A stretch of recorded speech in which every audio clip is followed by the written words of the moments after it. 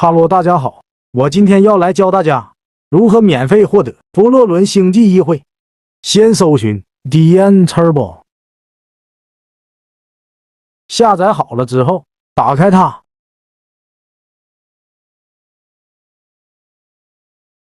按这个，再按下台湾，按这个，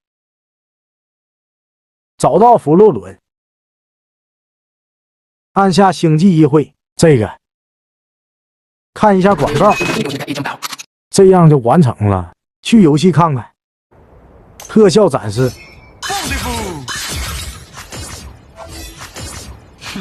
步伐比剑法弱。